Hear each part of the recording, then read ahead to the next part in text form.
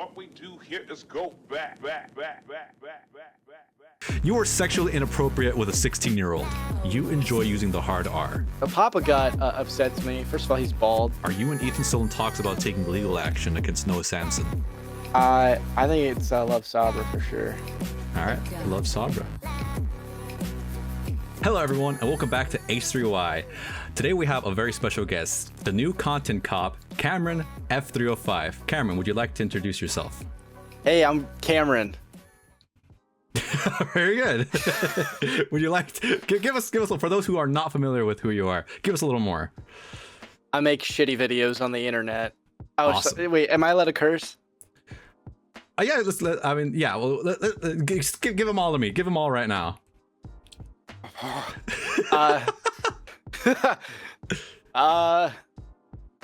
There's a line.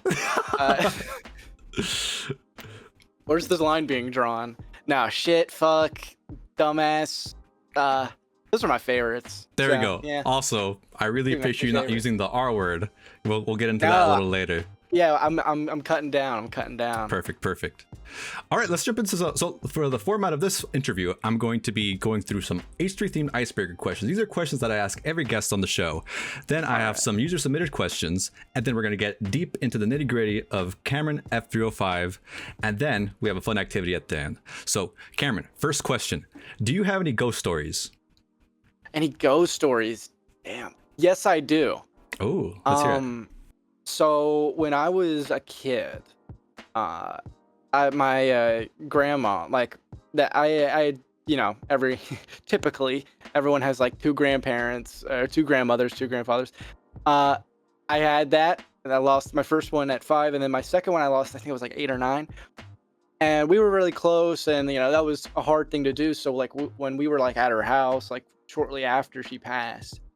We went into her basement where we would like normally like play pinball and like get like root beer. It was like really sentimental. Me and my brother were down there, and then we like had this like aroma, like this, like her smell was there, and like it felt, and then like I felt like a hand like reach out to like as if like to try to hug me, and that was like, and it felt like her, and it like, but like she wasn't there, and I thought I was tweaking, and like my brother was like looking like a little like odd, like we both got quiet. We looked at each other. Like, what time of the day was it? Were you guys both in the same room at the same time? Middle of the day. Yeah, Holy middle crap. of the day.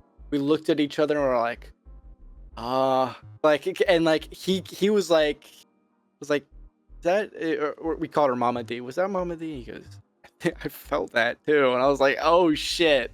Holy crap. crap. I'm still really pissed, even though I may have like experienced something like a real ghost story, and she has like ghost stories, like she like had a ton of ghost stories, and she was very adamant about it.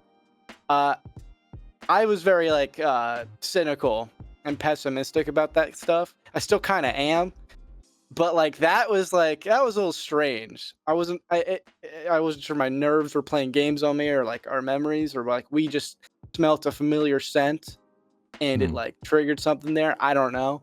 But yeah, like that was a weird, and then like the fact that me and my brother both like felt that connection was really strange.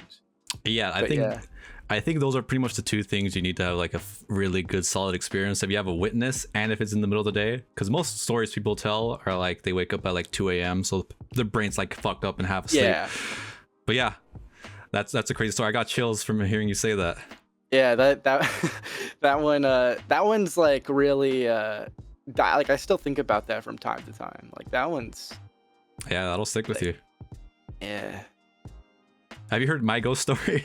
I haven't. Okay, I would love to hear your ghost story. All right, people are gonna get so sick of me saying it, but I don't give a fuck. Fuck them.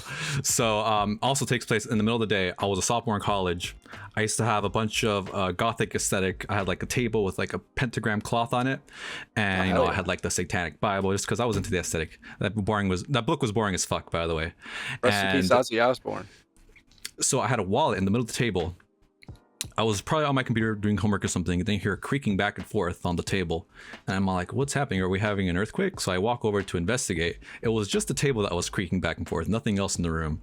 I walk towards it, my whole body goes cold, and I see the wallet that was sitting on the table fly towards me 2 feet, like almost instantaneously.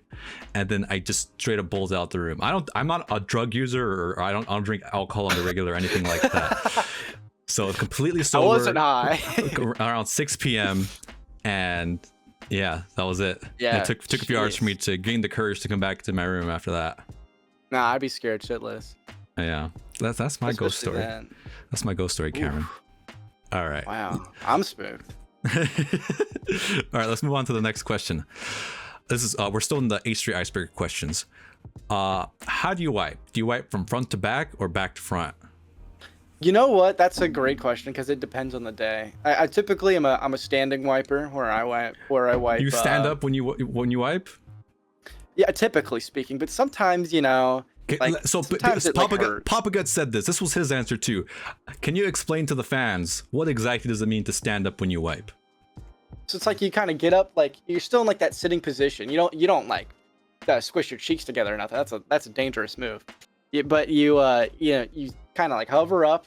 You grab the toilet paper, you apply it, and then you swipe. You know what I mean? Yeah. So you kind of like cup your asshole and like you swipe. But like sometimes, like if you're lazy and your asshole's kind of burning and you gotta like pick your junk up and give it a little swipe. But you got to make sure there's no shit to ball contact. Like that's very important. Gotcha. I've never had that happen, but it's a fear of mine.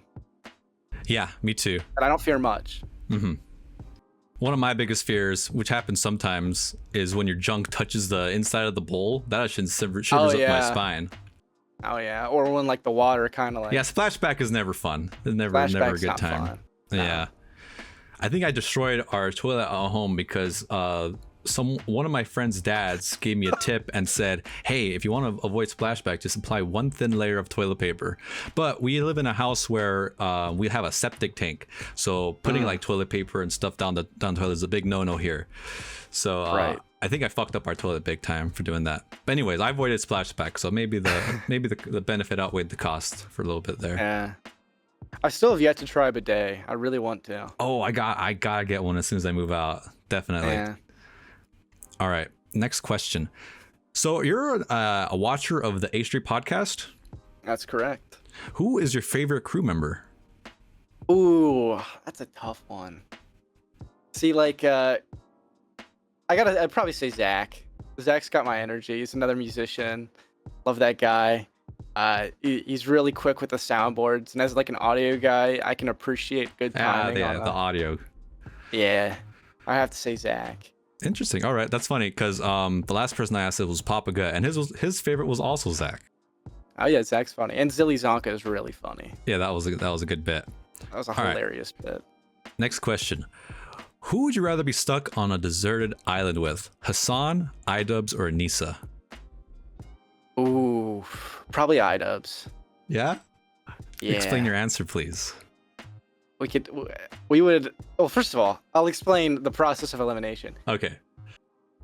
Anisa does not scare me. I don't know. Like, she scares me. I wouldn't want to be on an island with her. There's nothing we would connect. Like there is no chemistry. There's no connection. There's nothing I relate to, and she just doesn't seem like a fun time to be around. Not gonna lie. Yeah. Neither does Ian, to be fair. Hasan would not make it out alive. Yeah. I'm okay. That's not a threat, but like I genuinely, there's something about him. He probably, if he didn't know anything about me, maybe I knew nothing about him, maybe we could be like friendly towards each other. But when he talks and he doesn't like, I don't know. There's some visceral anger that comes from just listening to that man, and he would probably have like the worst way to like escape the island. I don't think he would think rationally. Ian is very good at following orders. So when you put it like that, we could for many reasons, we could probably make it somewhere. Yeah. And I used to be an Idubbbz fan. He's the only person out of this that I've actually met. We'd be outside, so it could kind of mask the stinkiness. And maybe I could make some progress on fixing him or something. I don't know. I think you'd make a lot of progress because if you remember from that interview with Idubbbz's coach and Ethan, that when Anisa was on vacation and it was just Idubbbz in the training studio, he said that he was very normal. Oh, really? Yeah.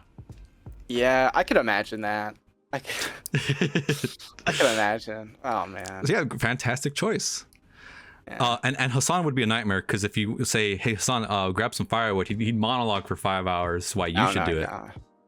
He would talk about why he shouldn't do it, and why it's an extremely hard job, and it's not nearly as soul crushing what he does, and how it's so easy, and he has better things to do, frankly. Mm-hmm. So True. All right. His soul was already sucked. He streamed for 9 hours. True. Yeah. He just has to lay there and relax while you do all the work. Yeah. All right. Next icebreaker question, and it's the last one. Who would you rather have dinner with? Papa Gut, Nicholas DeOrio, or Ethan Klein? Who would I rather have dinner with? Papa Gut, Nick DeOrio, or Ethan Klein? That's a hard choice because I would say yes to all three. Mm-hmm. I'd put Nick at like the like if we had to tier this, I'd say Nick would be at number 3. I'm sorry, Nick. The bill would be too high. Gut would be number 2 because I feel like him and I can have like a really good conversation. And I've spoken with him at length. He is a great talker. But because I've spoken to him at length and I haven't spoken to Ethan at length, I put that on number 1. Mm-hmm. Because and Ethan would wine and dine the fuck out of you too. He'd treat you good.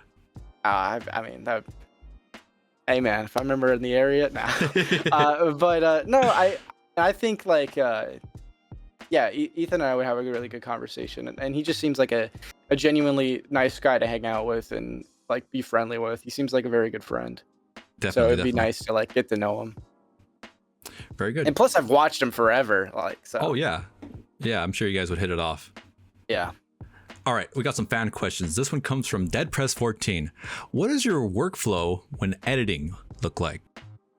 It's a fucking mess. So right now I'm juggling a lot. So and specifically with this video, so I've been juggling moving. I'm also a full-time student, and you know I have a social life. I have friends. I have a girlfriend. So you know, mixing all of that is really tough to find time to edit.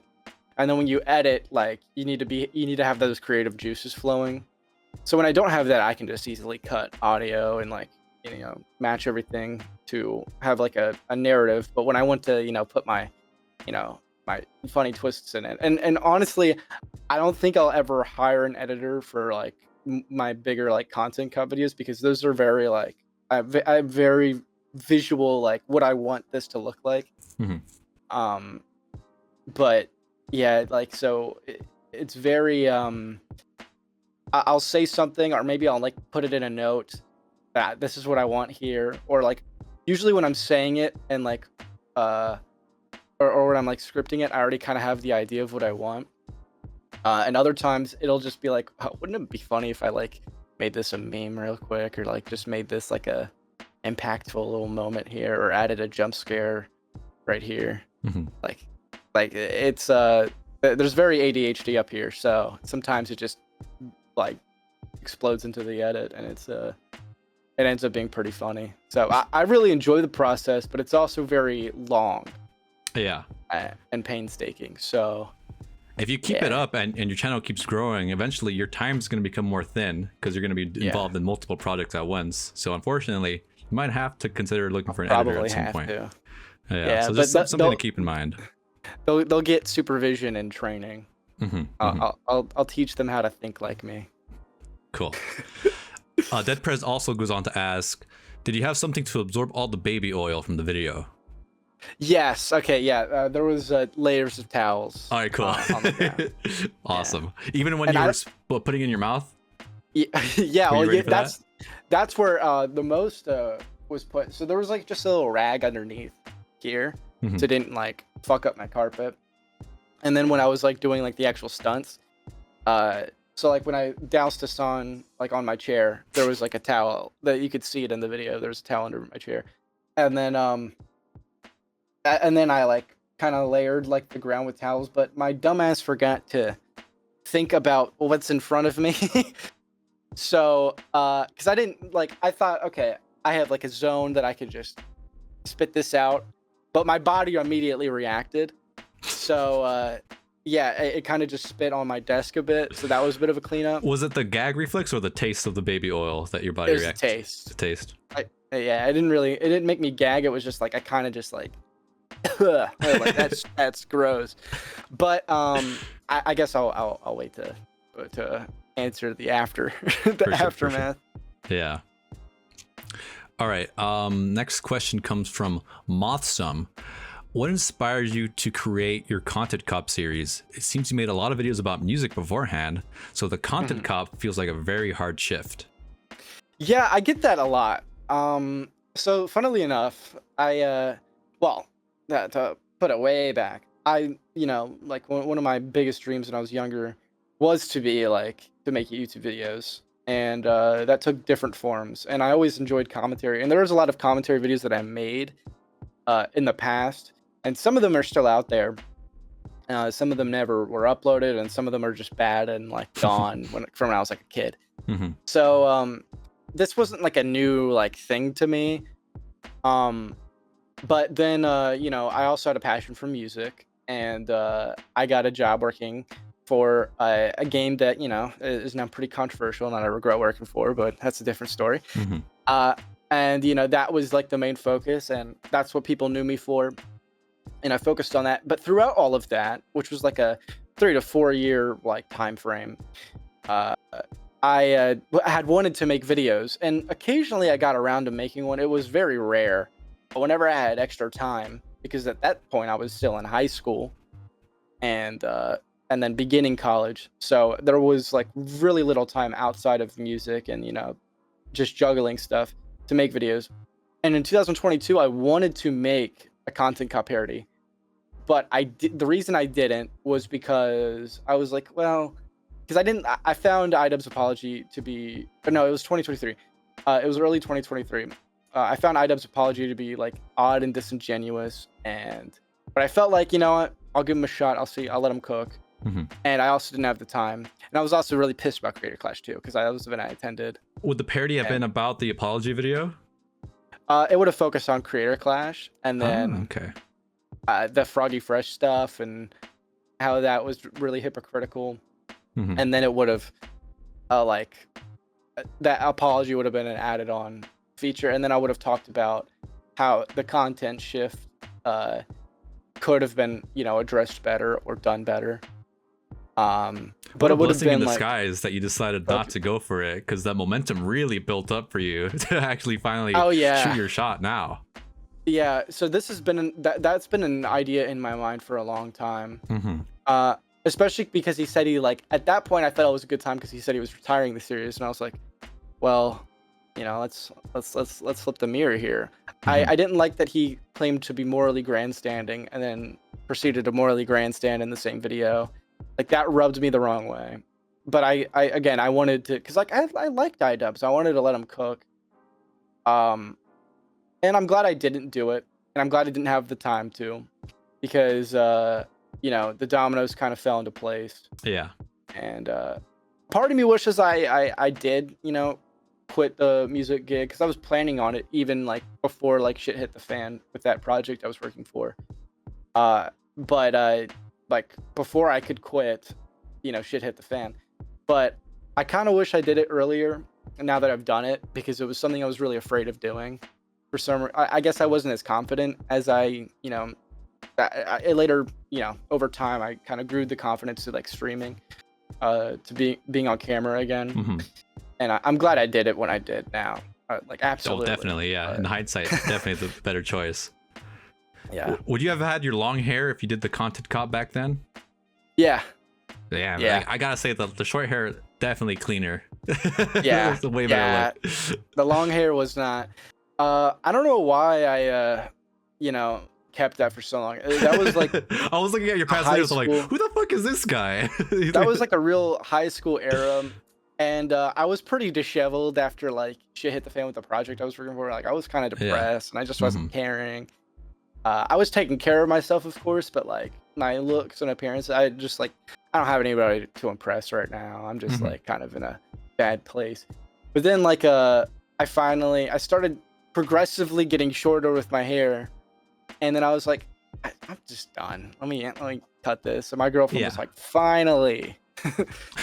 So, I think most men should at least try the long hair just to see if it'll work for them. Unfortunately, it doesn't work for everyone, and I learned that for too. a while it worked for me in high school, but once I got like after a while, and then when I grew like shitty facial hair, it was bad. Did not work.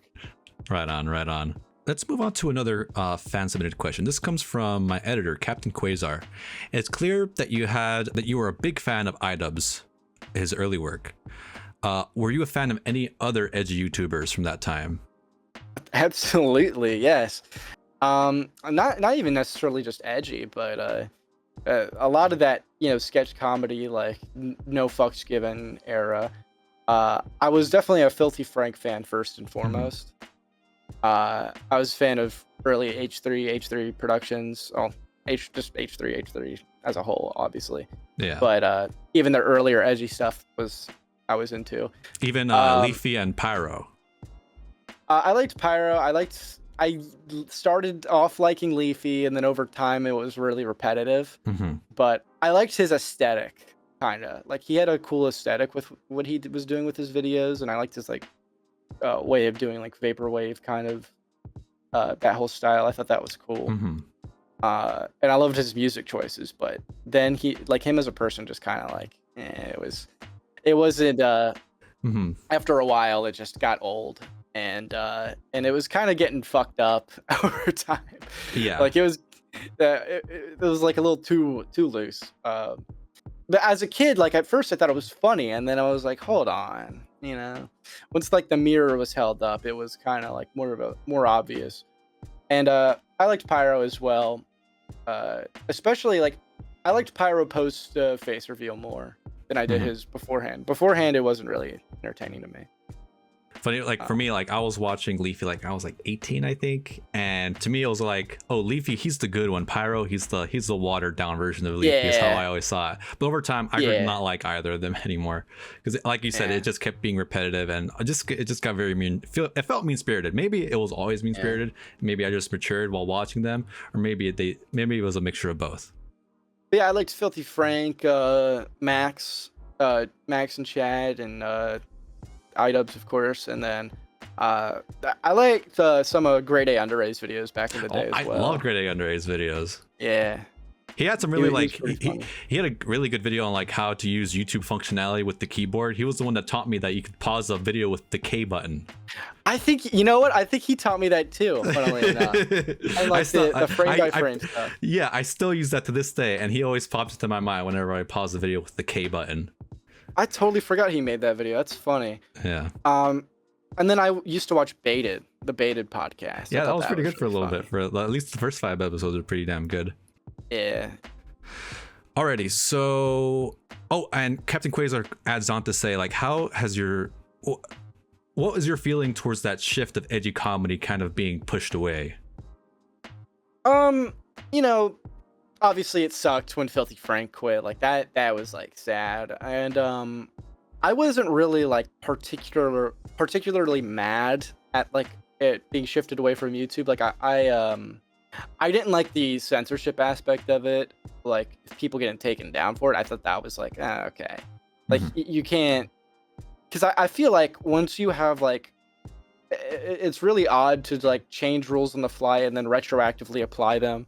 Like, I remember like 2 of Idubbbz videos got taken down retroactively, and I thought that was like so strange. I feel like they were probably getting a lot of pressure from ad agencies because YouTube was getting pretty wild. So I feel like they had to push hard. There had to be a correction, but I think at first they had an overcorrection, and then they kind of like had to even it out afterwards. And now it's a place where, okay, edgy content's okay, but there's a line. Like, you could be like edgy and maybe even a little offensive to an extent, but you can't use this as a way to hate people, like as a way to spread hatred. And I think that I understand that makes perfect sense. That's reasonable. The balance right now I feel like is pretty good. I think it's really reasonable. Can say what they want to without going too far. Yeah, and I don't necessarily think it ever died. Like, PewDiePie was another creator who went pretty edgy for a while, and he still like managed to be like edgy, but not in a sense that it was like as far as like a Filthy Frank would go, or as far as any of the people we already mentioned would go. But at first, for a while there, he was going that far. But at first, he like later on, he like maintained it, but without going too far. So I feel like I enjoyed that as well. But you know, it didn't bother me too much. I do like you know, clarity, and that's the other problem. YouTube didn't have a lot of clarity when they started that. There was no it was everything was very vague. I remember that. I didn't like that very much. But I mean, I felt like it was a natural progression.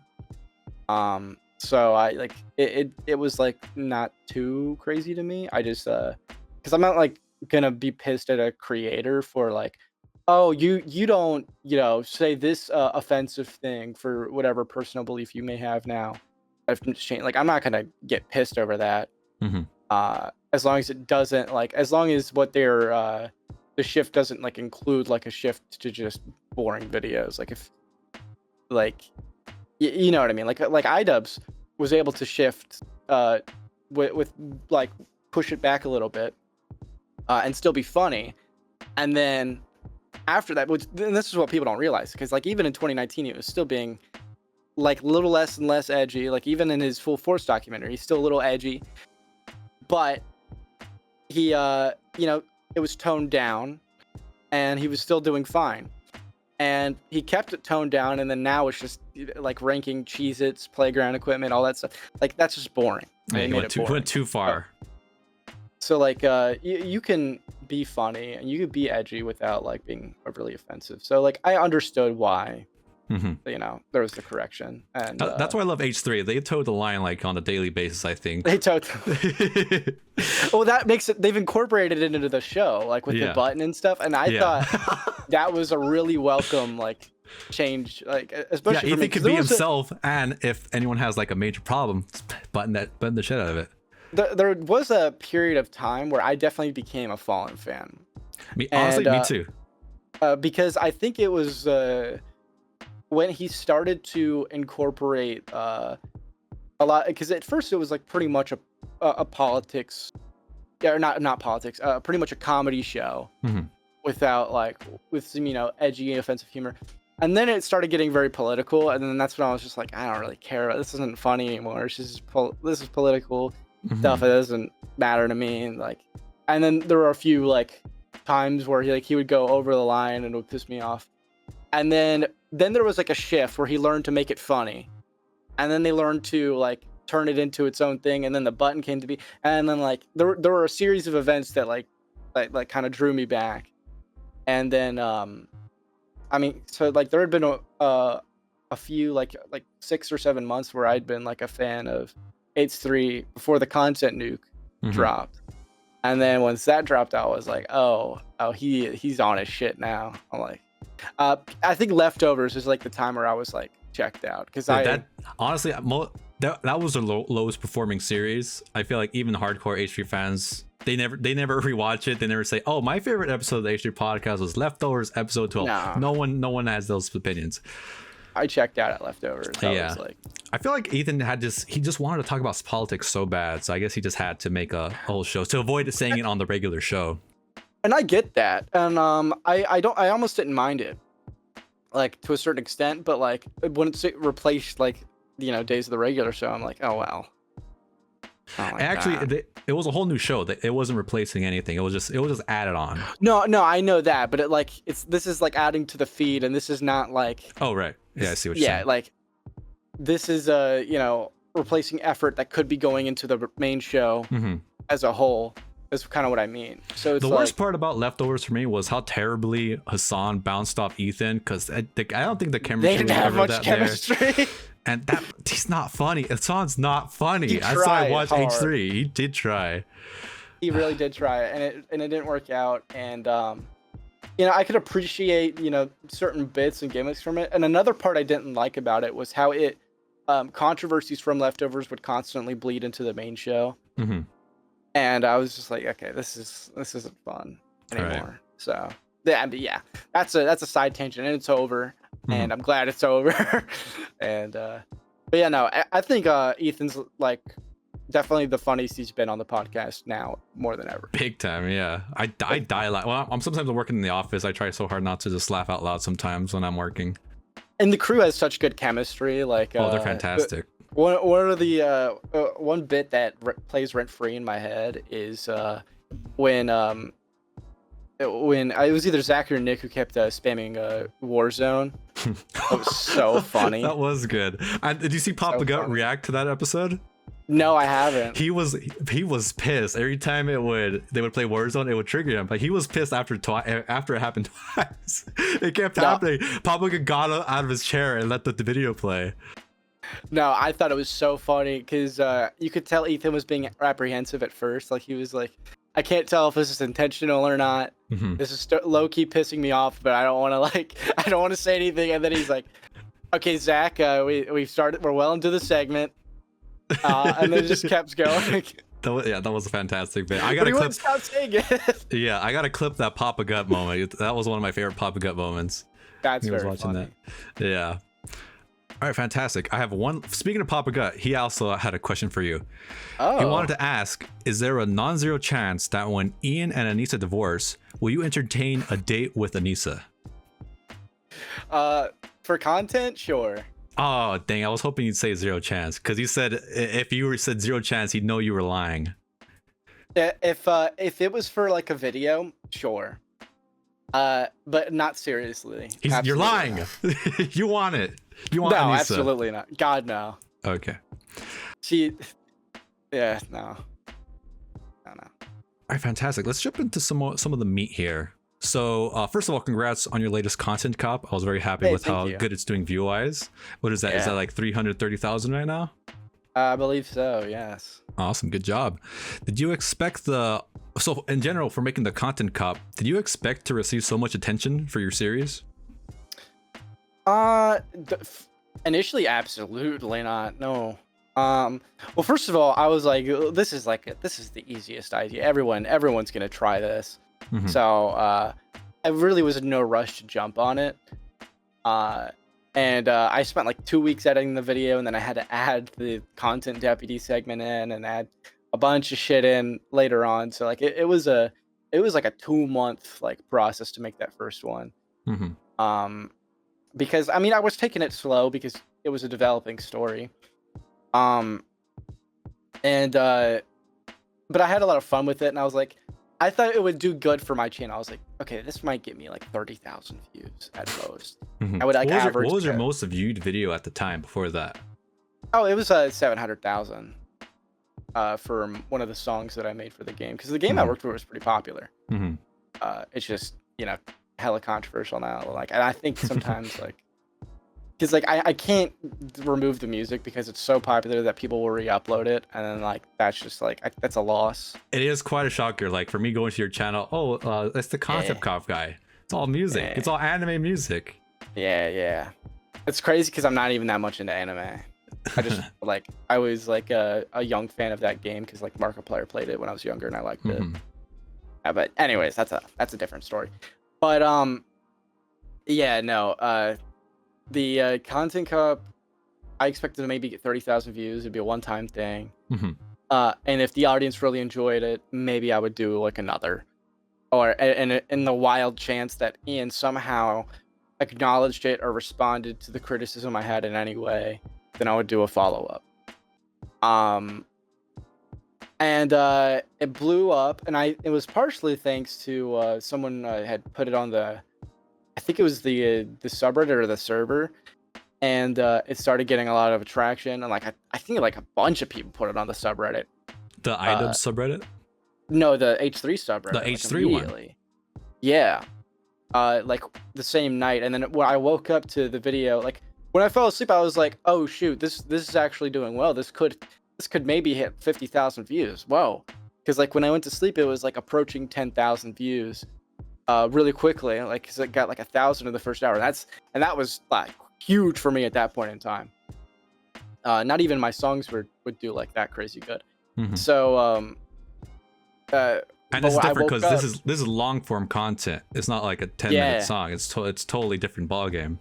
Yeah, and I think this was like one of the first long form videos I've ever like made. Like And so I mean, it was a lot of this was new to me, and then I woke up to I think it was at 100,000 when I woke up, and I was like, holy shit. And I was like really happy about it, and you know, then I think the first streamer to acknowledge it on stream, like to react to it, because like there were a couple people like live reacting to it, and then I think Tectone was like had just skimmed through it on stream and was like, "Yo, am I in this? Like, I should watch this. This seems cool."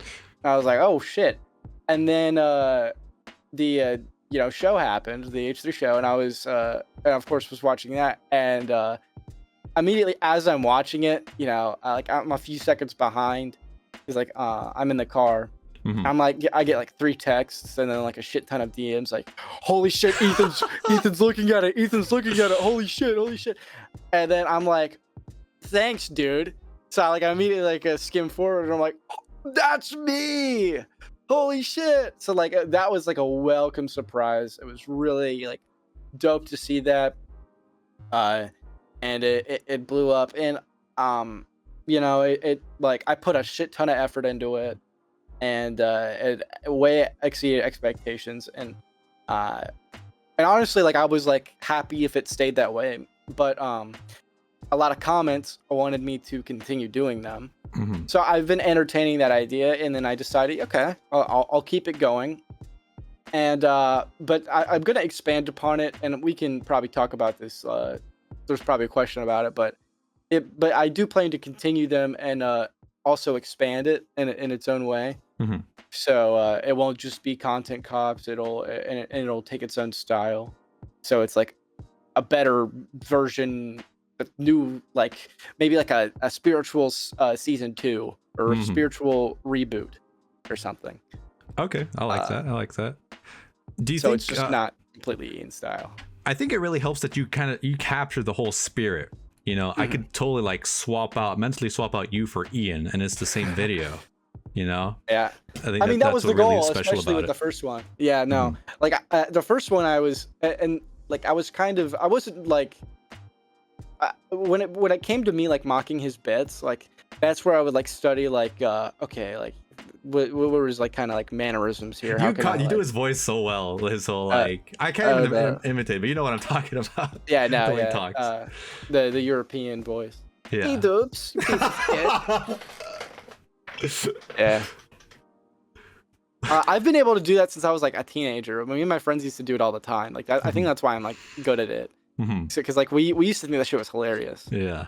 But like I am gonna like phase it out in future ones. For sure. I don't want to make people like think it's just like I'm always going to parody Ian. Yeah, you're going to be your own content cop. You're kind of shifting a little bit away from Idubbbz, because who wants to be associated with that guy anymore? That's kind of like my mindset. Like I don't want to just be associated with Idubbbz. One I teased in my like latest video is that like an idea of like a content SWAT. Maybe I get multiple creators in, and we like raid some fucking abandoned house for the intro or something funny. That's funny. That. Yeah.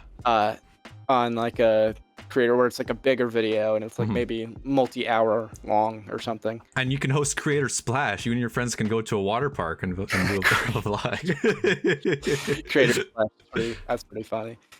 But yeah, there are multiple ideas and different ways I'd like to differentiate the series, so there's more to understand. And then I want to just like also do my own commentary with it. But I did want to make a shift back into making videos again, and specifically commentary videos. But I mean, my subjects, I like to yap about anything. So like I could, make a video yapping about video games. I could make a video yapping about YouTube drama, or whatever the fuck I'm hyper focusing on. So, and I think that'll end up hopefully working to my benefit with the type of videos I plan to continue to make. And because my non-content comp videos have done well for the size of my audience. Like if your average like 60,000 YouTuber uploaded this video and it got 20,000 views, that's pretty good. That's a pretty good video. Yeah. So like I'm kind of trying to grow that audience, and then occasionally we'll have like a big like hit video because I've grown like an outsider audience from Content Cop, and then like a subscriber base for me. Mhm. That makes sense. Yeah, that makes sense. Alrighty, so let's move on to the next Cameron question I got for you. This is adding on to the whole new Content Cop that was released. Has there been any response from Ludwig, Hasan, or anyone in that community regarding your video? I don't believe. Well, there has been a response from like someone, I guess, in Hasan's orbit, but it's someone who I don't like the platform. So he's a crazy man. But yeah. I yeah. think I know who you're talking about. Yeah, that guy's fucking deranged. I'm scared. Like he was one sliver of a screenshot away from doxing me. He's already tried to dox me. Thankfully, like I've like white pages and like I've gone through everything like that you could find and like scrubbed all of that shit. I believe at least. I mean, I don't want to be too confident. Knock on wood. But you know, I think I'm pretty safe there. And plus, I'm already fucking moving. So GG's. If you get this address. So, but I mean, I don't really mind. And like my local police department's aware like that they could try to swat me or something, and they have all of his socials and whatnot. So like they know when he like makes a post about me. That guy is freaking. Yeah, I'm really hoping Ethan gets him sooner rather than later, because he's going after anyone and everything.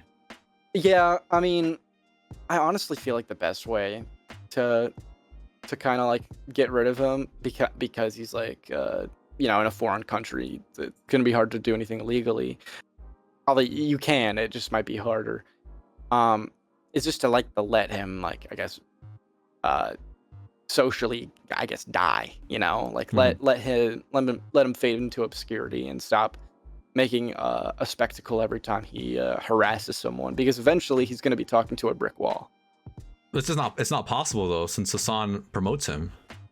Yeah, that is the downside. Yeah. The alternative to that is to let Hasan die, but that's like really hard to do. I mean, that's gonna take at least another year, I think, before everyone's finally sick of his shit. Yeah.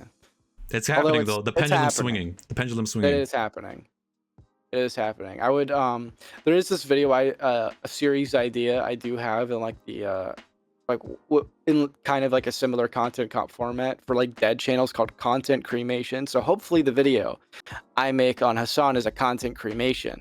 Oh, I so love we can talk about the his CC for cremation works so well. Are you gonna be wearing a different costume?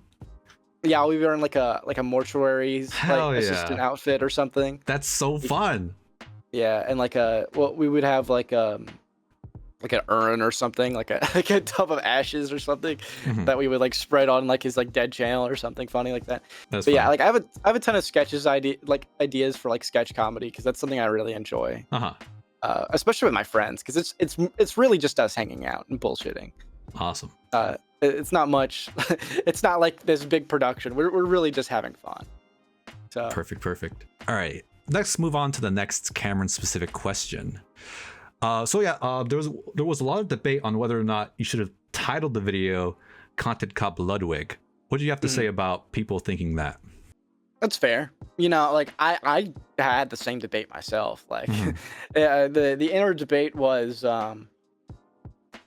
initially the plan from the start was, okay, the next one is going to be titled Content Cop Hasan Piker. More astute fans will know that I've already said I don't want to do one on Hasan. Because Ethan's made a content nuke. There's been plenty of videos on it.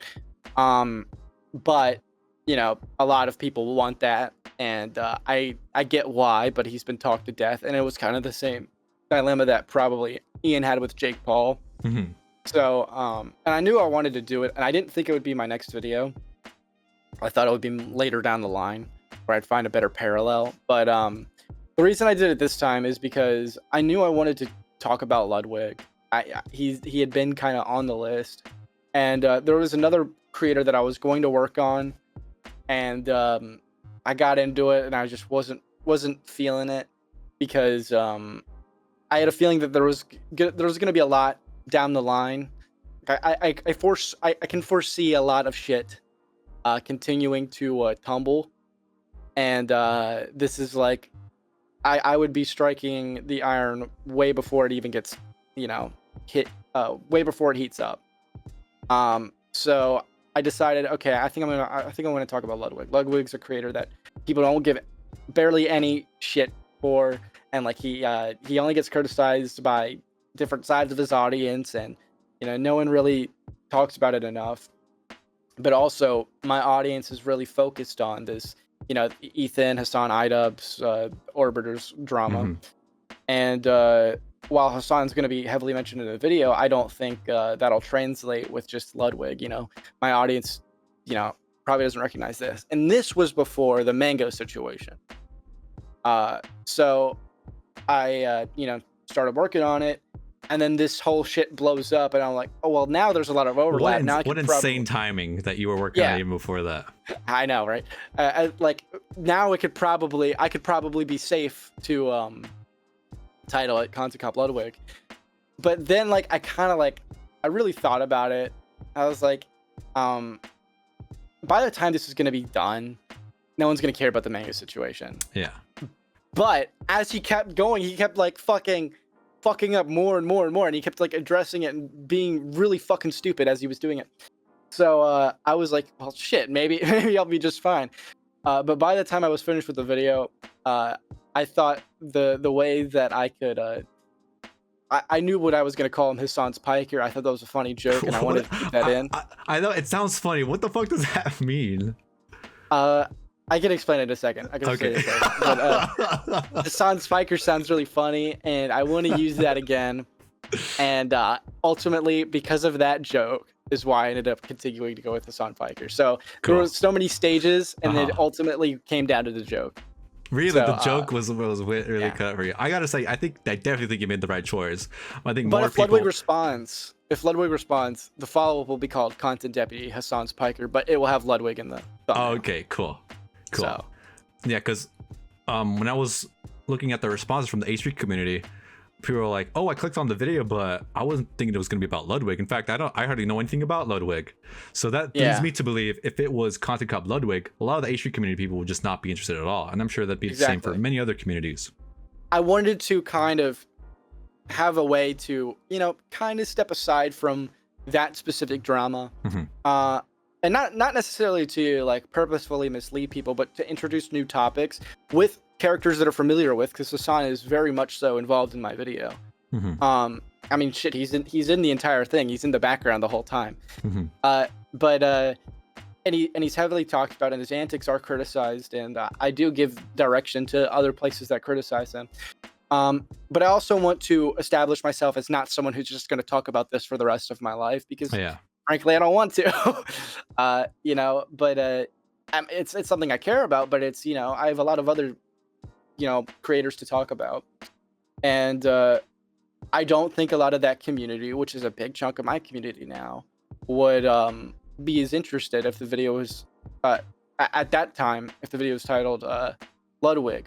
Now they're more inclined to click on a video. They might, because I have extremely overwhelmingly positive, believe it or not, a better ratio on this video than I do my first one. Way more positive initial response. And I think that's because people, enjoyed the video and decided to stick around. And some of them were happier that it was Ludwig and not Hasan. And were introduced to a new topic. So now they're more inclined to click on a video of mine in the future, regardless of what it's about. So I felt like that was the best play, because there was a lot of people who were being, a lot of them were probably being bad faith, or probably a little bit, antagonistic by saying, "Oh, good luck getting out of the Ethan Hasan Destiny orbit." And I'm like, okay. Condescending. The people that say that have one subscriber, don't know shit about YouTube. Yeah. Nah, it's I felt like I had a pretty good way to do it, and I kind of had this idea in mind. If I needed to use it, and I'm happy I did it. I wouldn't change it now going back. Oh yeah, definitely. Also, the classic bait and switch. I felt like I was in 2016 again from that moment. Yeah. That is what I was really nervous about, because I figured, look, it's already a little cringe. I stole a guy's series. I do his voice, you know. Like, but doing this idea it's he too did in a iconic video, not to. Unfortunately, it's only going to work once. I don't think you could ever do it again. I'm never doing it again. Or maybe unless there is a really very, very, very specific scenario where it's a perfect parallel. No, it's not gonna happen again. And I originally was never going to. Like, the only perfect parallel would be if for whatever reason Ricegum and Jake Paul are relevant again, and content cop is for Ricegum or for Jake Paul, but you say content cop Ricegum. That's the only situation I think that'll be. Well, now they're so different. Yeah. Like now they're so different. So like the parallel probably wouldn't even work anymore. So because I mean, Ricegum doesn't box and Ricegum doesn't, you know, do all that. Stranger things have happened. You never know what the fight is gonna look like. Yeah. Ricegum's kind of been like the only one out of that to like move on like respectfully, you know, because like he's got like a family now. He doesn't really make content. He's not doing the same shit he used to do. I haven't heard a peep from Ricegum since his the unfortunate situation with his family. That's all I've heard. He had a about miscarriage. Him. Yeah, but it seems like he's just focusing on his family now. Well, that's good for Ricegum. Yeah. Okay, definitely won in the end. I would say. I guess now. Yes, he won in the end. Yeah, I think so too. I think the only person who didn't win in the end out of all of these people is Leafy. Oh man, poor Leafy. Not my poor Leafy. I say the fuck that guy. He deserves what he got. Okay, let's move on to the next question. So you enjoy using the hard R. Tell me about. Whoa! Sorry, I'm phrasing it like that. Linus? Is that you? That's the Linus joke. Do you think it's necessary to include the R word in all your content cops? No. It's like you said earlier, it's something you're going to want to try to kind of move past from, because unfortunately, I think you know this, but it hurts the messaging of your video. Yeah, a lot of people just don't fuck with it. Well, here's the thing: is like it wasn't like intentional, and I knew there was like kind of a stigma around it, and like but where I grew up, that word was just like always used. It was like a secondhand for stupid, and oftentimes I figured, well, if I'm just calling myself the R word, then who cares, right? Because like that's harmless unless like I'm like actually like that much of a loser that you know it turns out to be offensive, you know, in a different way. But because someone said it is offensive to call Idubbbz that word, and I was like, you're right, it is really offensive to mentally disabled people to say that they're anything like Idubbbz. They're much better. Yeah, exactly. Yeah, you told that joke on Poppagat. Yeah. But it's like I don't know. I didn't like obviously I don't have the intention to like, you know, actually like be hateful or anything like that. So no one's gonna like really care if I stop using it, but more people are gonna care if I continue to use it. And I'll be real, I like probably behind the scenes it's something I'll probably use between my friends, but I don't want to alienate people from my content. So it's definitely something I'm mindful of that I want to, you know, cut back on. I don't think it's necessary at all. And and again, I didn't think I was making some huge video that a bunch of people would watch like on any of them. And then the second one I made an attempt, and the third one to like censor it if it like ever slipped out, because some of it's like off the cuff. So like, you know, if that comes out, it's not like explicitly scripted, it's like off the cuff. Yeah. So sometimes it just happens. I know it's been a part of so many people's vocabularies for so long. You know, yeah, like it was a very common word. Yeah, definitely. Even I used it a lot back in the day when I was a kid, for sure. So like, I want to like, I'm not trying to be like make excuses here, but like, I'm 21. I just turned 21. Like, I'm growing up. Like, I hear you and I understand it. And I think it did slip out once in my latest video, and it'll probably occasionally slip out on stream. But I am making a genuine effort because I don't want to alienate people, and I know that that does upset some people. But I will point out though, I will say I think people should hold the same standard to people like Denims and Frogan, and I don't think Frogan does it as much, but Denims and Shonda Black and Hasan, who use you know, terms like mentally disabled as a derogatory, or neurodivergent as a derogatory, or mentally challenged, because they do, or mentally ill as a derogatory. They do that a lot, and I'm like, that's no better. That's almost worse, like in my opinion. Mm-hmm. Because like that's just like you're defining it, you're saying it with malice. So I encourage people to hold those people to the same standards. What's the best alternative for people like Hasan, Sean the Black, and Denims for instead of using those words? What's the best scenario? I think I feel like it's kind of hard because now that there's such a limited vocabulary, would just stupid and moron be appropriate? First of all, I recommend not diagnose people with mental issues or assume that because someone doesn't agree with you that they are like mentally ill. Mm-hmm. The R word for me was like secondhand for a lot of people for stupid. Mm-hmm.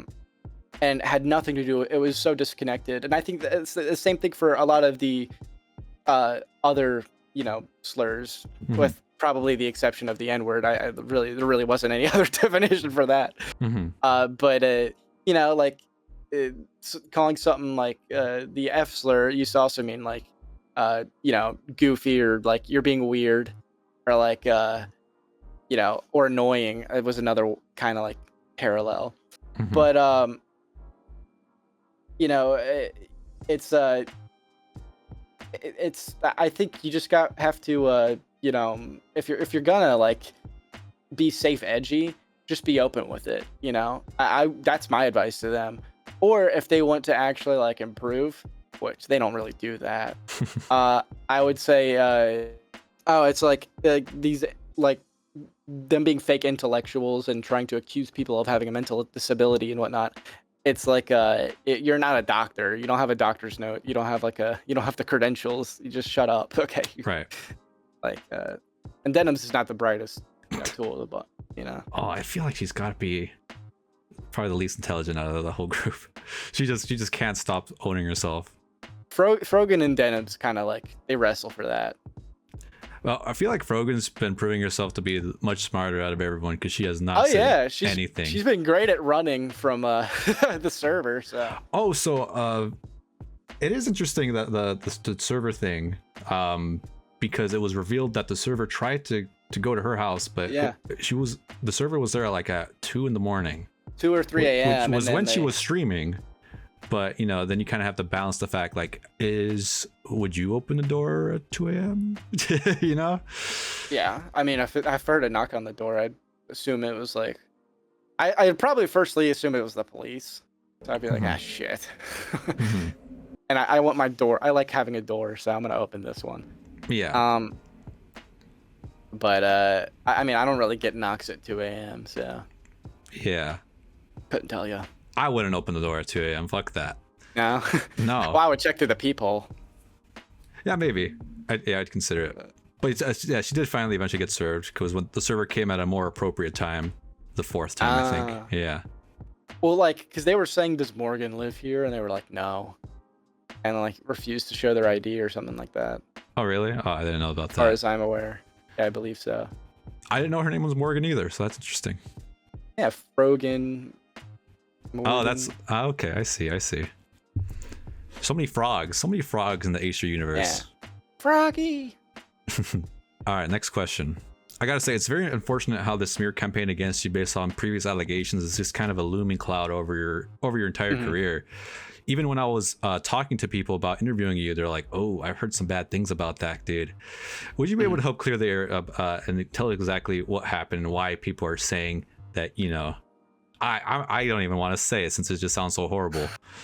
Yeah, no, that's fair. Well, let me say it for the understand preview though. Yeah, this is gonna be rough. I don't even want to say it. So you were sexually inappropriate with a 16-year-old. Yeah. So if you could clear the air with at least the H3 audience, and please be as open and honest as possible, because the last time I tried to do this on the show, I got totally fucked. Bo Black's lied through omission the entire interview, apparently. So if you could please be as open, even if you think it might make you look bad. I think transparency, is very important. Well, first of all, it's a situation that I heavily regret, because and to preface, did nothing illegal. I never assaulted anyone, never hurt anybody. Okay, let's open with that. So okay, no assault happened. There was no predatory or anything like that. No Chris Hansen, none of that. Very clear. So when I was 19, I had just, stopped working for this game project, and I was looking into the situation that happened with this chick who was 16 going on 17. I had just turned 19, and I was asking her questions about the situation that had happened. And over time, we kind of been through a similar situation in the sense that, this person, took advantage of us at a young age, and we were kind of like, getting close over that. And I won't be like too specific because it is kind of like rough to go over because that was a really shitty situation. But basically, this person, and I had a lot to relate to, and it was really funny, and that's all it was. We were friendly, and then there was a point in time where I had to gathered a lot. I'd learned a bunch of stuff. What had happened. Obviously, I'd left the project because I'd learned. And but then there were weirder things where she would sometimes be flip-floppy, and but overall we were really friendly. And one time I went to go be with my aunt. She was nearby. We met up. There was this specific situation, and at this point there were a little flirtation, I guess, on both ends. So it's okay, not at this point. It was a little later on, but anyways, so we about a 15-minute drive. We hung out a little bit, and I think it was the second time we hung out. I'd given her a hug, and I picked her up as I hugged her, and apparently and this sounds really ridiculous, saying it out loud, but when she was a kid, something happened to her. She never gave me specifics, but she has trauma related to being picked up, and this freaked her out. So after that happened, I put her down. I was like, Shh, are you okay? Cause she was freaking out, kind of moving around and stuff. And she had told me to put her down. So I did. And she told me listen, it's okay. You didn't know, but that freaked me out. Never do that again. And that was that. Later on, she, it turns out, she's she had a lot going on. Yeah, she's very, she said she could have BPD. She's not all. I honestly think she has serious issues that she needs to work out. Turns out she's extreme chronic liar. Was lying about me behind my back. Was saying horrible things about me, and I confronted her on it, and I had forgiven her. She said she had a manic episode, and I had that on recording. And then there was a separate occasion where she had called me and tried twisting two different scenarios, as if we had done something. And I feel like it was intentional because she was smart. She knew what she was doing. I feel like it was intentional to make it sound like we had this weird sexual encounter that never happened. And people have been using that specific clip that she even herself admitted. There was no sexual assault. I never assaulted her. And people have said the dates don't match. That's another lie. All the calls from my end were in the next year, and this had all allegedly happened in the fall of the previous year. So the timeline adds up perfectly. And then there's been further poisoning the well that I tried to falsify some police report because me and that different person got two different police reports, and now delete a response video that I later found out, there was different redactions in our police reports. It's a Freedom of Information Act. They can check themselves. They choose not to, of course. So there's a lot of poisoning the well, but no, I never sexually assaulted anyone. Some of it was even coming from you, because I remember you were lying at some points to protect someone else. It's one of the most convoluted and complicated dramas I've ever looked into. So where I did lie, and I will be fully open and honest, and I feel bad about it in hindsight, but there were things that she wanted me not to talk about that I had already talked about that I would try to protect her over. She had blackmail over me. I had blackmail over her in her eyes. So she was trying to pressure me in all these weird emotionally manipulative ways. And ultimately I then I got another YouTuber and I said, none of this ever happened. I never even got close to her. None of this, just because I wanted it all to be over. It was so stressful. And I was embarrassed. And honestly, that was a stupid move. I should not have done that. And it made me look really bad for no reason. And I've made that clear. I've apologized to him publicly and privately. But he himself doesn't think I, did some sexual abuse, rape, or anything like that, or some pedophile, predator. Well, I mean, even like the worst case scenario, right? You're 19, Yeah. she's 16. I guess going to vary from person to person and from state to state. That's fair. How people where view we were that. at, age of consent was 16 where we were at, and I was 2.5 years older than her. So if this is like a high school type of relationship at this point. Yeah. So like if you're really gonna like grind your toes together, like obviously I regret it, and that's like the biggest age gap I've ever had in a relationship in my life. And most of my partners have been older than me, so like you really have no case there. And if you're really gonna morally grandstand over a 2.5-year relationship, I don't think they're being serious, honestly. I mean, I don't think it's so you easy for seriously older care. people to judge younger people for what they do in relationships. If they were to like look at what they did when they were 18, I wouldn't look at either. Yeah, no, I wouldn't.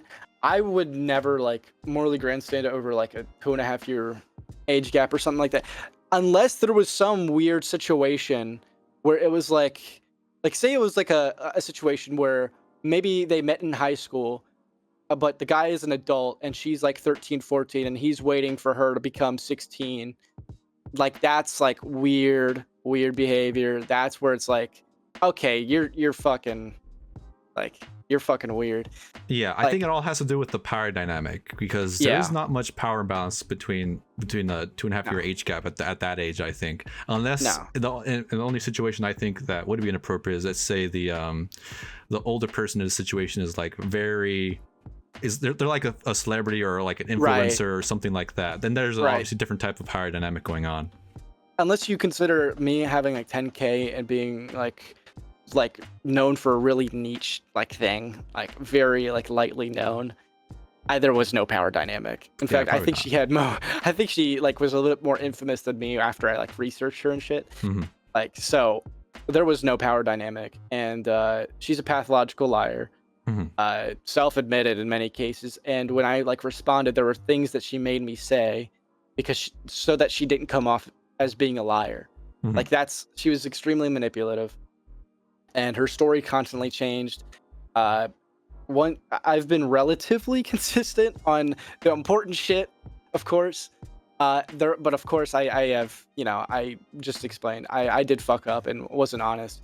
But I mean, since then, since the content deputy, I haven't further addressed it because people keep moving the goalposts and like adding new things that I potentially made up. I like it's this rough interview. interview. Around for a while, maybe potentially your entire YouTube career. So feel prepared to continue to answer this question over and over again. It could be. Thankfully, most of the audience that I've seen, and even people in the H3 community and like the subreddits I've seen, have been very smart and very not so quick to jump to conclusions, and have researched and have had all their ducks in a row. And I think it's because of the whole snarker shit. After all of the snark shit, they're a lot more vigilant, and I could not appreciate that more, because they were right on it. They got the correct information, and they waited for my side. I gave my side, and that meant a lot. Yeah. And like there was this other instance where I had like this bad interview and I was unprepared, and he was asking me for things from years and a half ago that I couldn't find, and then I like had to cut from this old like response video I made, and he was like, "Oh, this is a new thing. You cut this. You're editing evidence in live time." Like, no, like so. And then I released all of them. They refused to acknowledge that I released everything, all the calls. I dumped it all out, and it proves my point further. But there are going to be bad faith people who didn't like me, and that's true. They did not like me after I released my content cut before any of this came out. That will use this against me for the rest of my career, and I have learned to just no longer acknowledge it, and that's just been a lot easier because it doesn't affect me anymore. Like, I've moved on, and there are the community understands. My community understands. Some people are, there will be some people who get confused and lost in it, and I hope, over time, it becomes more obvious. Yeah, of But, course, that's just how propaganda works. You get the most extreme opinions on, like, say, leftovers, H3. A slow trickle down effect happens to like the more reasonable people, and then that's how you see me asking questions. Hey, I'm interviewing Cameron. Someone says, "Oh, I heard maybe something's going on with that guy." Yeah, I mean, even Ethan had to reach out and ask, like, Yeah. so like I totally get it, but he also was reasonable about it. Like I sent him everything, Mhm. and I hope it's all well because a friend was concerned. Yeah. So yeah. Very good. Thank you so much for trying to clear that. And hopefully, people, even if they look at it in the worst case scenario, they can understand you were 19 at the time. Yeah. And like, I still not understanding what the potential assault is. Like, I haven't heard, because her accusation kept changing. But like, I don't know. Like, I guess I can imagine a few scenarios. Like, but it's weird because it's a made up like aspect that she's had to retcon a few times. But I don't know. Is there anything about the situation, looking at the whole Yandere simulator stuff, that you would change? Is there anything in particular? Yeah, working for it. Trusting. It's not doing it at all. Trusting a 31-year-old man at the age of 15, probably. It's not a good idea. That's where you fucked up for sure. Letting my nostalgia, dictate things, and trusting things that he said about, like, certain narratives set around him. I was way too trusting and way too forgiving back then, and I was also still growing up, but I was very open to, it's changed me a lot because of that, so I am kind of thankful for it in a weird way. But God, no, and defending him in certain things, like, oh my God, like I want to like slap that kid now, like that kid was being an idiot. But yeah, well, I mean, it's hard to blame you. There's a ton I would change. He was so influential to you for interacting with you, even like from 15. Like, I think a lot of people will understand why you did what you did. Yeah, I immensely regret at touching it at all. But the one good thing that came out of it is the music that I made, and there's a lot of people who like that music to this day who still like connect with it, and I think that's a positive thing. So sure. I try to look at that. And what the great thing about the music is, people still listen to Michael Jackson. So even if they see you as this horrible person, they're gonna be fucking with your music forever, man. No, Michael Jackson is indisputably king of pop, but might be the king of some. The king of allegations. The king of allegations. Now that's convoluted too. Yeah, it is. But I mean, at the end of the day, you just use your common sense. Yeah, he did that shit. Yeah, he might have done that. I don't know personally. I'll be Jellywick here. I can't take a stance. Cameron.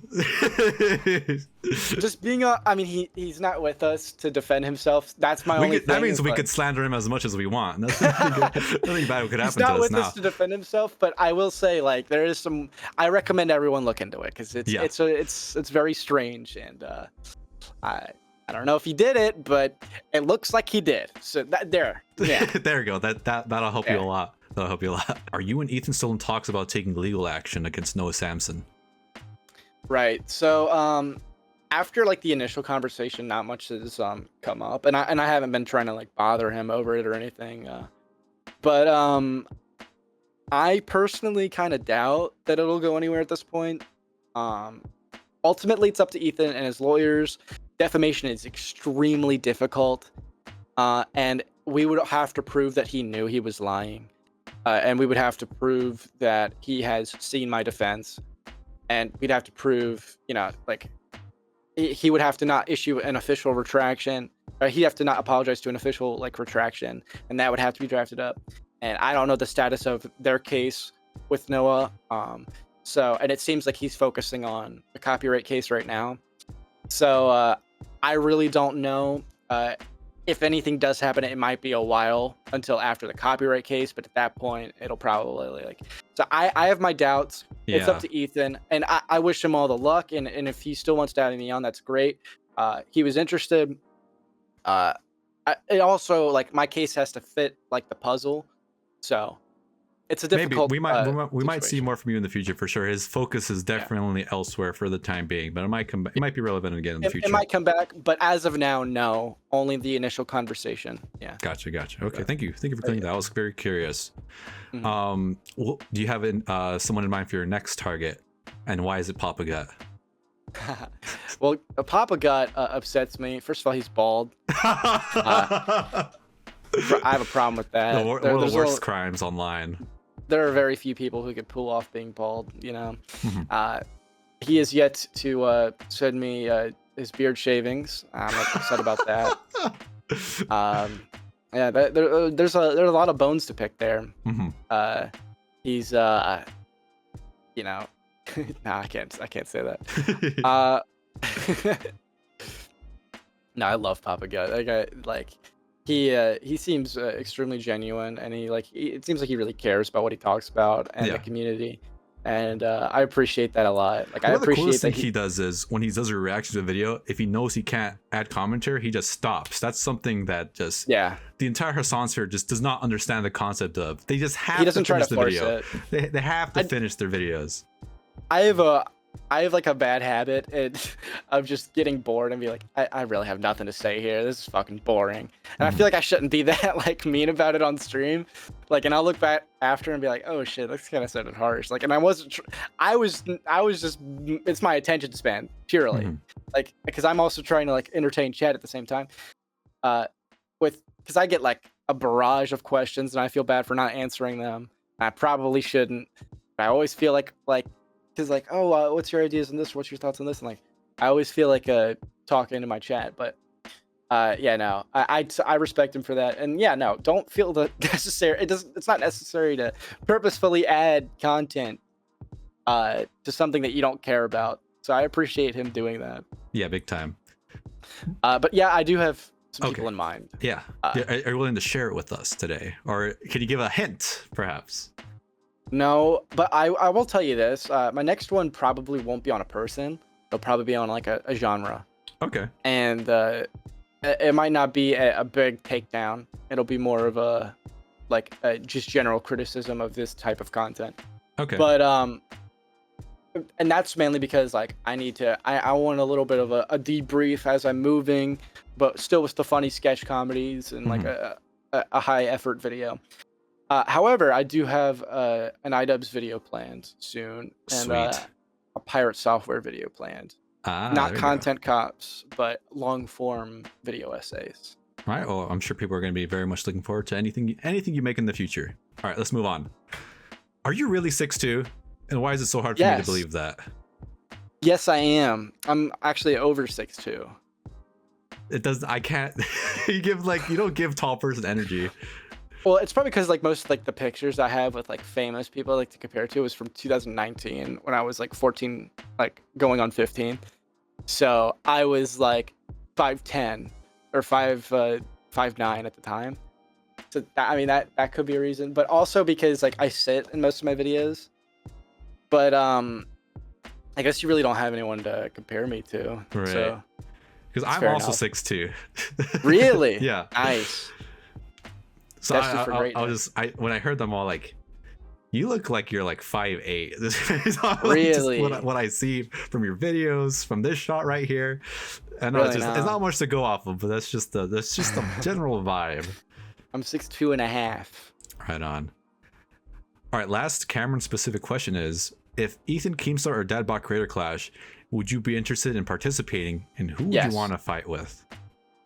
Ian. You want to go Ian Content Cop versus Content Cop? Yes. You think you could beat him? Yes. Shit.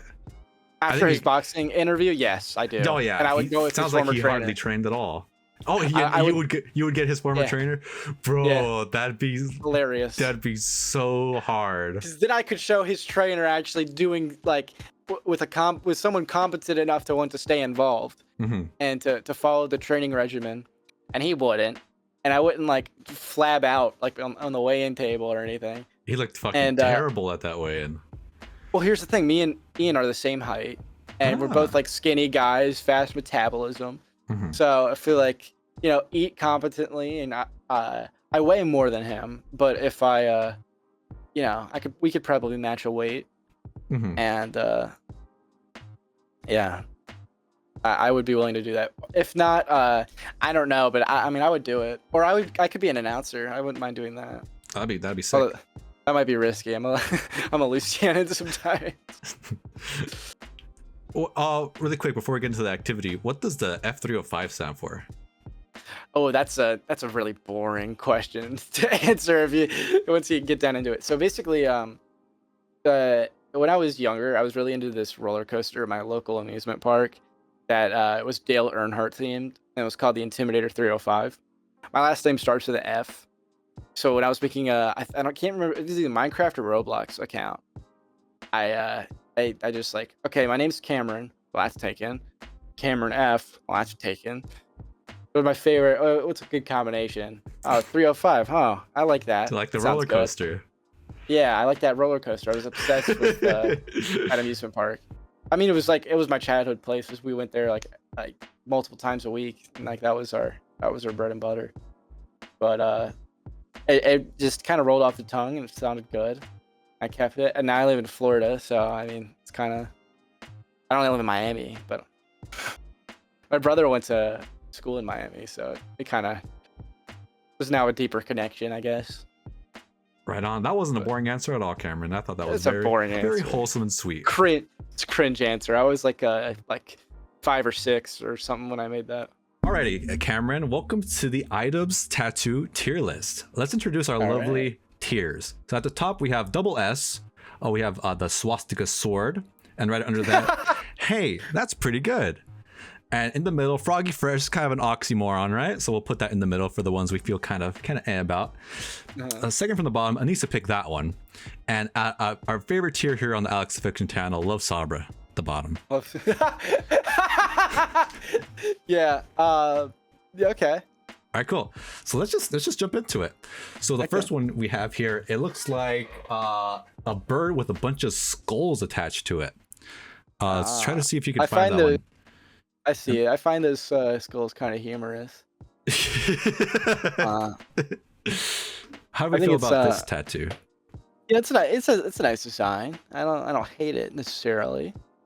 It doesn't seem like it serves a purpose, and I'm not sure why the bird is shitting out a bunch of skulls. But you know, I feel like it's a decent tattoo. Where is it though? Because it looks like it's on his leg. I gotta say, I think is for that tattoo. I personally think one that's of his better tattoos. Probably the best spot he could have put that in. Personally, I think. Really? Yeah. I just don't see a purpose. Well, I think I'll have to let you know now. I don't think many of these have a purpose. Yeah. I don't think I hate to break it to you, Cameron. I mean, that alone always like. I don't know. I think for to start, you know, let's be charitable. This is probably the best design I've seen. Okay. We'll put it in. What's the second one? Hey, that's pretty good. We'll put it in A. That's pretty good. Okay, fantastic. If we feel differently, we could always change it later. Yeah. Let's go on to the next tattoo, the bloody knife. Okay. How do we feel about the bloody knife? It's a little detached. It's got a heart on it. It's bejeweled. It looks like. I feel like there's a story to be told here. Like why is it sliced in half? And why is like the dull part bloody? And you know what that knife kind of looks like? Oh, the knife looks like it's cutting through his arm. Oh, that actually makes a lot of sense. That's kind of cool. It's kind of a cool design, but the problem is, I think we have a contender for a swastika sword. I think this could be a swastika sword because it is a blade. I think that fits. It doesn't have a really 3D effect because it looked just like a blade that was cut in half for some reason. Yeah, that until I opened up this picture, I also thought it was just a blade cut in half. Yeah. To be clear, it looks like absolute dog shit. But I think because it is a blade, we should put it in swastika sword. I like and that. also because it looks like that knife that Hasan's little twink TikTok terrorist friend was like was holding in that picture. Okay. That yeah. Fantastic. Yeah, Actually, I had 2 images of the knife there, so we'll put those both in swastika sword. Okay. Let's move on to the next one. We got this the butterfly looking kind of tattoo. Let's see if I can find a good reference for that one. Fuck is that image? I don't know. Oh, there's a good reference. Oh, he looks so butterfly. tubby. The butterfly with the human eye and human lips. Butterfly with a human. What the fuck? Well, I gotta find it. It's ridiculous. Oh, I see it. Okay. The eye looks good. The lips don't. This looks like absolute dog shit. Well, it's honestly the one that he I think he admitted himself that he likes this one the least because it's just so weird. It's overly shaded. Like, why is there so much shading here? There's a lot of shading. Yeah. I think the shading, at least for the eye part, I think that's like that kind makes of sense. for like the tattoo. I mean, for the for like the eye makeup. Yeah. But everywhere else, it just kind of just feels like unnecessary. Like what's like the random heart doing there? And I don't know. This. It's like, very unique art style, but I don't know if it works for a tattoo. No, it's like a realistic eye and an unrealistic butterfly, with everything else being unrealistic. All right, what say you, Cameron? Where does this tattoo go? I think it's Love Sabra for sure. All right, Love Sabra. Yeah. Up next, we have the baby with something going through his head. Let me see if I can find the reference for that one. Oh, dead. Oh, there it is. I see it. I didn't even think that was a baby. I thought it was like a paint. What do you think it was? I thought it was like a fruit, like some like tangerine or something. Nah, it looks like a baby with a mosquito sucking out of it. Yeah, blood-sucking mosquito. Well, I think the mosquito represents Anisa. No, Idubbbz is the baby. And I think Idubbbz is the baby whose all of his brain matter is being sucked out by the blood-sucking mosquito. I really wish I knew the context of this tattoo because I watched. I there is none. I had to lose some brain cells. I watched the podcast episode where they talked about their tattoos. They didn't mention this one. So, well, my fear is that it has a very deep, significant meaning to it, but at the same time, they also say they just show up at the tattoo shop and this kind of. And they look through the pages. Yeah, or they ask the tattoo artist what their like current thing is. Like what they're very into doing right now. So it might be it's very significant to the tattoo artist, but I am unaware if Ian and Anisa are aware of the significance of this one. Well, if it's significant to the tattoo artist, there would be some meaning, right? It would probably make sense on like the place it was put. Yeah. Or how I would interpret it, just coming in, if I just saw that tattoo blank, maybe it's some sort of do people get malaria from mosquitoes? Is that a thing? Yeah, I think so. I think it might be like a reference to that, or in like third world countries. I don't know if that's the politically correct term anymore, but they get bit by mosquitoes, and it'd be a symbolic to that. That's my interpretation of that tattoo. If I were to see that, or on maybe anyone. they get bit and they keep crying and it's okay, and all their money's being sucked out. Yeah, it's either that meaning or the tattoo artist tried to host a boxing event once, but their partner kept trying to destroy it at every turn. I feel like I've grown an attachment to this tattoo because we've given it such significant meaning that it needs to go in swastika sword. All right, fantastic. Let's put it all the way at the tip of the top. I am very surprised. To be very clear, this one also looks like dog shit. Yeah, I think this one's one of the ugliest ones. This is a really bad tattoo, and it looks like it's on his thigh. Let's see where it was. Yeah, it was on the back of his thigh. Yeah, it looks like shit. I actually kind of like the knife. I don't like this one at all. Can we move it lower, please? Yeah, sure. All right, we could put it Froggy Fresh. Okay, cool. I don't want to disrespect Tyler like that. There we put go. it a little lower. You know, fuck it. It's Sabra. Let's just be honest with ourselves here. Why are we beating around the bush? Yeah, this fake bullshit story I made for it. Okay, next we have this weird devil thing. Let me see if I can find. Dude, now that looks like Anisa. Wait up, you gotta let me pull it up first before you come out with these bangers, man. Yeah, dude. Yeah, I don't know have about the you, reference. but I mean, this one hits me in the jam, personally. You think Oh, she I was picked supposed up? to talk to you. Oh, there it tell you is. about Hasan Piker. I was supposed to explain that. Oh, right. Yeah, go ahead. Yeah. Yeah, so Hasan Piker was a typo that I made on the Wanted poster. I wonder if I can find that. Hold on. A second. As I was making this Wanted poster, I had put like last known location.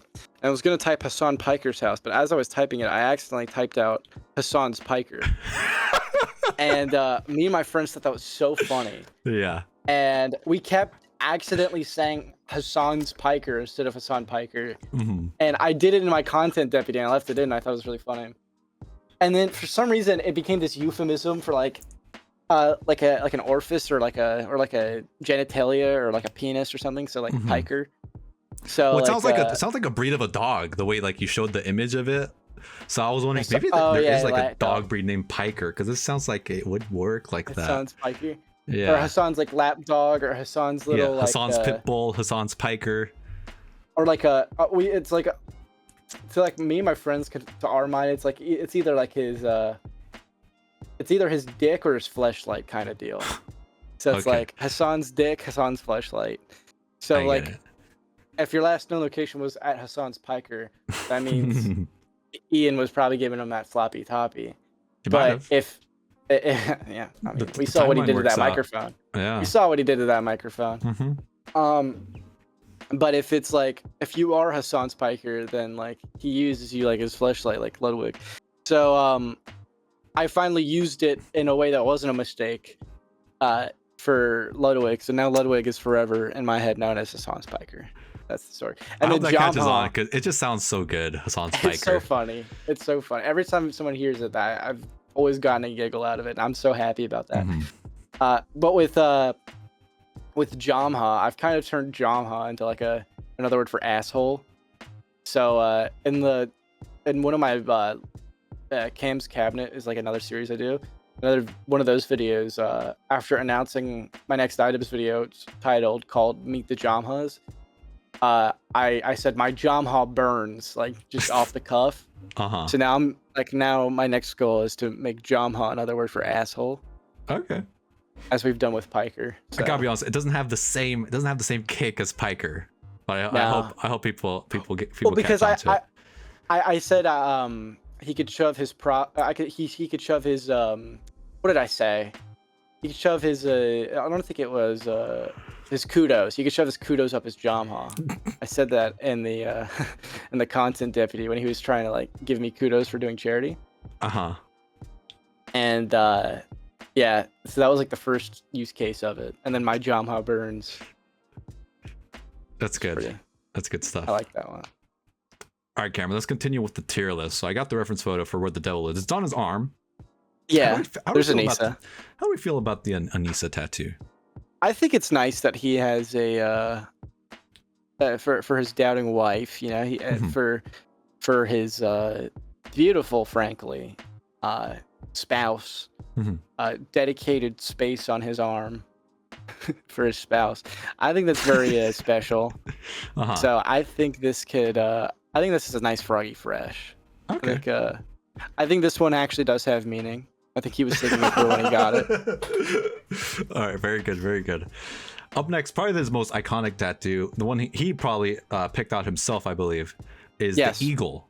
The eagle tattoo. How do you feel about the eagle? You don't like it? Well, here's the deal. I'm a football guy. I like football. And my team growing up was, like when I was a kid, it was the Redskins, but now it's Washington Commanders football team. And one of our biggest rivals are the Cowboys and the Eagles. So as a born Redskins fan, I have to not like Eagles. I think I know where this one's going then. But the tattoo design itself is one of the better designed ones. Yeah, I agree. But again, I feel like it's really dark and overly shaded. Like maybe it's just because he's so pale. Maybe it's because he doesn't see the sun. Maybe that's why. Honestly, at different angles, it kind of looks shitty if it's not straight on. I just realized. Yeah, it's not directly centered. And like, but up close it doesn't look that bad. See, it looks good from far away when his chest isn't as defined here. Oh, yeah. But when he had a define, yeah, that looks like shit. Yeah. It looks good straight on. Straight on though. Yeah. Excuse me. I'm gonna have to. Well, let's put it in the. What's the D tier? D tier is Anisa picked that one. Anisa picked that. Well, that's stuff false. Let's swap. Nah, fuck it. It's Sabra. Fuck it. All right, let's do it. I'm with you. We have another skeleton devil looking thing in our next photo. I think this one has one of the high quality images we got here. Yeah, that one doesn't look too bad. For his tattoos, that is. I would never get anything looking like this. I like the color. Yeah, the color's nice. It's got the most color. It actually pops a little bit. Yeah. My only problem is like I guess it was the style. It looks like, I don't know. I don't like the way the nose looks is bothering me. Yeah. I think the nose looks fine. Maybe, well, I guess it's kind of melting. So yeah. But I mean, it is really nice that he's got another beautiful, caricature of his wife. Mm-hmm. So I think this is another Froggy Fresh for me. All right. Very good. Or maybe A tier. Actually, let's go A tier. Yeah, it is pretty good. I gotta say. Yeah, I don't hate that one. I actually kind of like that one. I'd kind of fuck with that if I saw that in the wild. Yeah. Up next is one of the more like unique tattoos he has. He has the praying mantis. Let's see if I can find the reference. Praying mantis. Yeah. Let me try to find the praying mantis. Oh, I see it. This on a one burning wasn't skull. Oh yeah, I guess it is a skull. What's up with him with skulls? It's hard. I mean, he's tough. The more skulls he has, the tougher he is. So, oh my god, he's got like the aesthetics of a second grader. But like, he's got the skulls everywhere. He thinks the skulls are humorous. That's what it is. He thinks they're fun. Oh, that's right. He thinks it's funny. That's why he has the skulls everywhere. The burning skulls. My skull's burning, frankly. I'm gonna say Anisa picked this one. All right, I'll put it there. Praying mantis. The next one is one of the weirdest looking ones. It's like some sort of weird fish thing with a mask. It was one I tried desperately hard to kind of get a good photo of. This one looks racist. I don't know. Oh, actually, no, it's the knife lady. That's what this one is. It's a sword lady. Oh, the knife lady. We know what sword. Oh yeah. We know what sword she's wielding. Yeah, we know exactly the hilt of this sword. Yeah. I don't know. I don't see the vision here. That's not Anisa. That's not Anisa. Anisa definitely. This is Sabra. I don't like this one. Yeah. The proportions of like the mask's completely 2D. Mm-hmm. And it looks like a Zelda CDI. Just kind of drawing I would see in one of those games. This looks like a frame of a Zelda CDI animation. I'm not gonna lie. Hmm. But I feel like honestly, it could also be a subtle homage to Anisa too, with the devil's mask hiding behind, hiding something underneath. I don't know. I feel like there's something maybe to be worked on in there. It looks somewhat like I can't tell if it's like Chinese inspired. Maybe Anisa is also 50% Chinese, or Japanese, or some. Yeah. Or whichever of the two is more oppressed, I think she's that one. Probably. Sure. So probably Japanese. Fantastic. All right, Love Sabra it is. Bee's knees. Vietnamese. Upcoming, we have the frog tattoo. Oh, Froggy Fresh, easy. Oh, okay, yeah, easy peasy. I even titled it that in the file directory. Yeah, it's a Froggy. But I would say a fresh Froggy wouldn't look like that. That looks like a high frog. That frog looks like fucking. Yeah, I'd be tripping out if I licked that frog. Eh. I like the little asterisks at the top too. That's kind of cute. Yeah. It's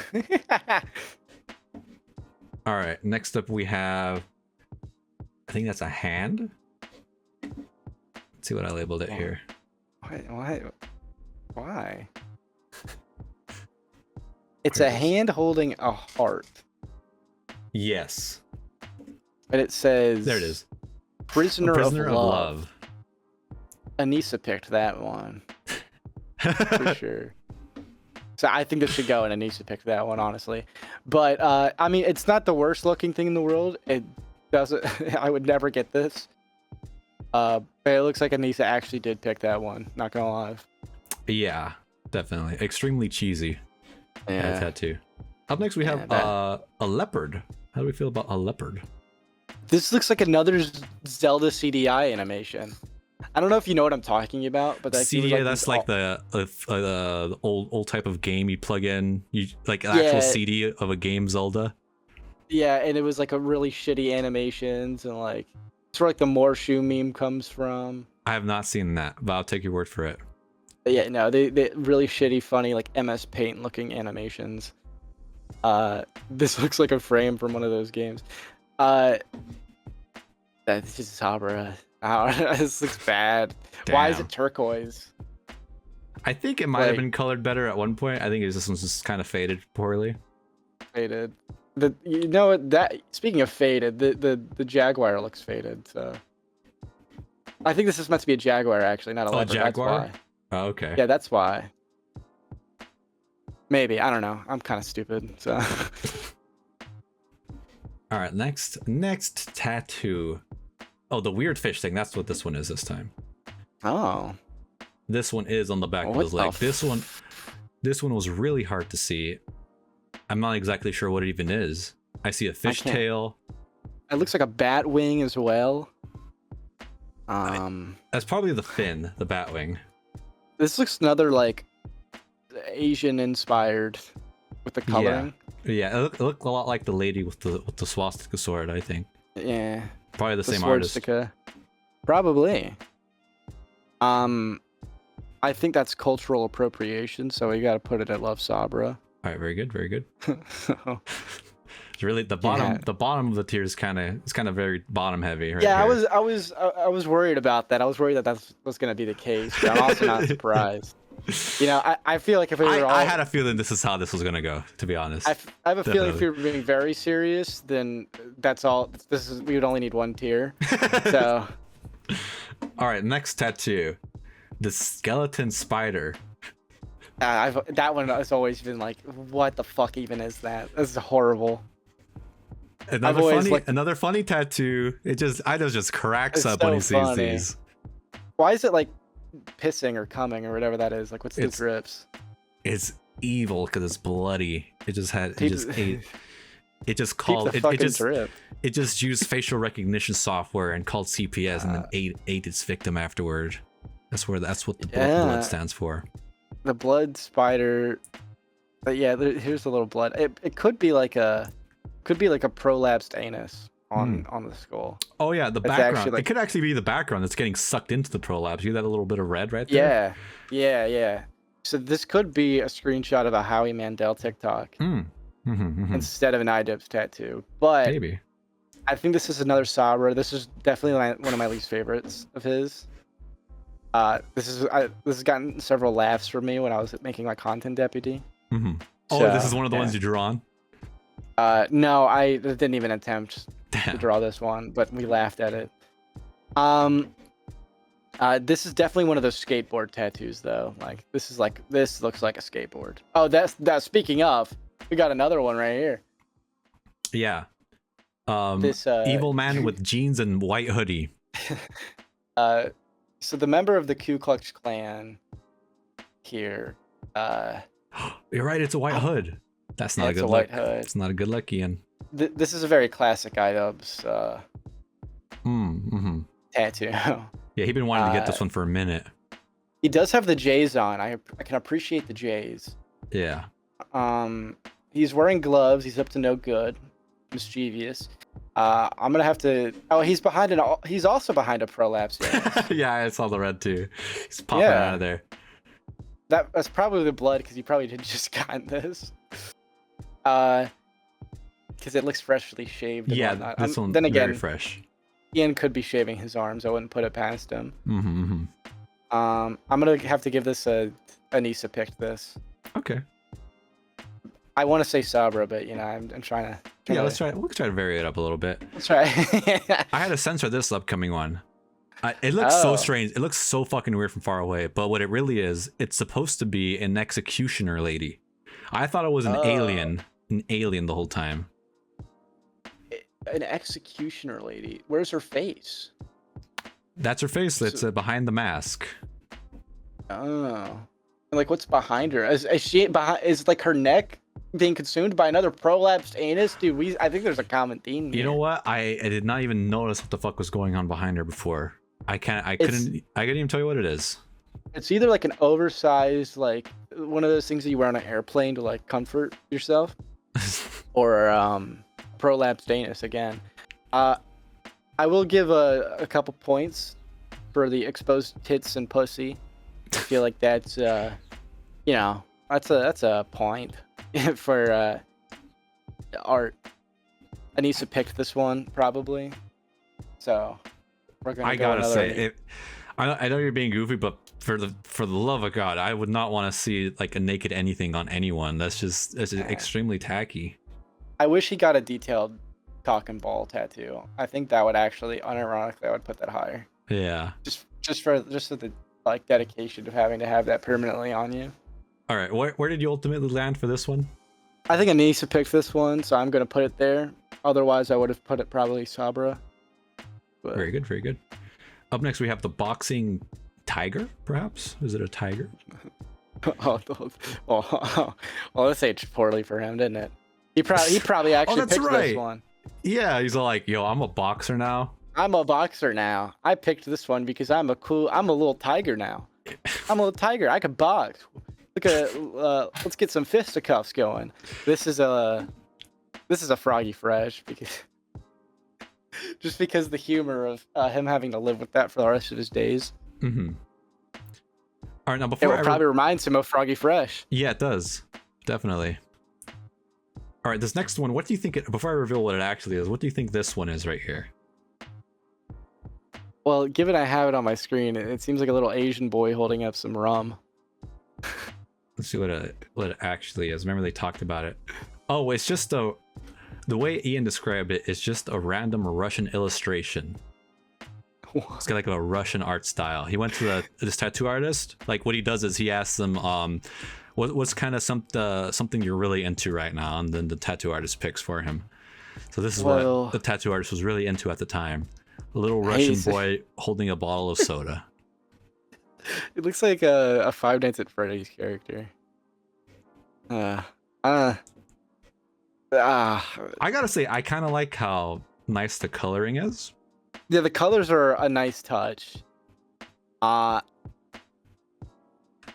don't like the backstory. I don't. That's where it ends. That's where the positives end. Yeah. I'm putting this in Sabra. Alrighty. The last one's one of the weirdest ones. It's 3 bottles. Three bottles of something. G.I. Arachnid.